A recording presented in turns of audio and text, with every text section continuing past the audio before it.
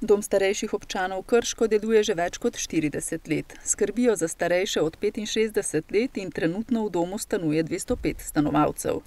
Potrebe, ki se kažejo v lokalni skupnosti, narekujejo, da so potrebne nove oblike varstva.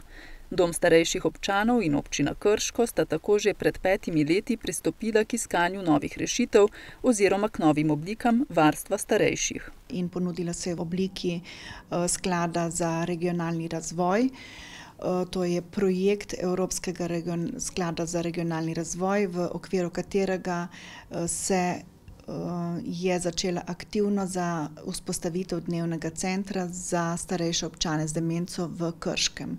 V dnevnem centru je sicer predvideno izvajanje dnevnega varstva, kar pomeni, da so uporabniki te storitve doma in da koristijo samo dnevno namestitev za čas, ko so njihovi svojci v službi ali imajo druge obveznosti.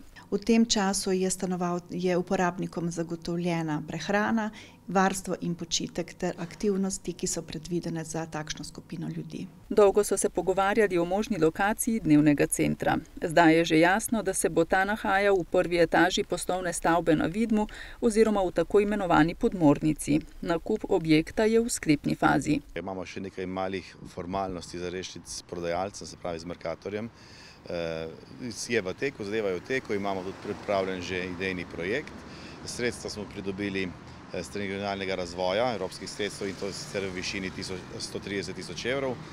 Kompletni nakup pa pridemo do višine 270 tisoč evrov, ki ga bomo v letošnjem letu tudi realizirali.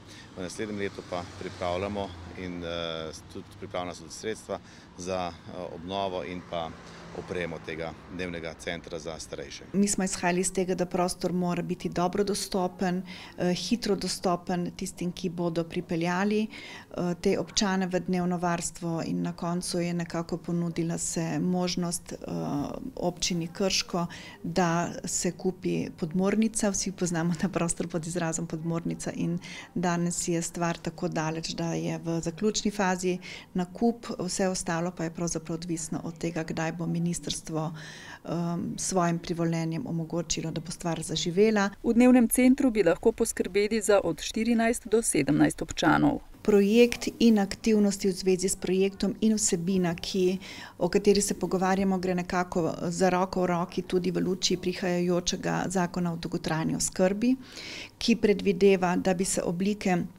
varstva ne samo starejših, ampak jaz pač pokrivam starejše, selile tudi izven institucij, se pravi, da ostajajo čim dlje v domači oskrbi, da se razvija skupnostna oskrba, četrtne skupnosti, tako da v tej luči je to dobrodošlo. Kar se tiče kadrovske zasedbe, Masnikovo izpostavi dva vidika. Na eni strani pričakujemo nove kadrovske normative, saj je z kadrovskim normativom, ki je po sedaj veljavnem pravilniku, tako zelo težko delati, da se delati skoraj ne da. Na drugi strani pa je prihajajoča težava, na katero smo upozarjali že kar nekaj časa, da tudi če sprostijo kadrovske normative, pa čedalje težje dobimo ljudi, ki so pripravljeni delati takšno delo za takšno plačilo. Dnevni center za starejše naj bi v Krškem predvidoma zaživel konec prihodnjega leta.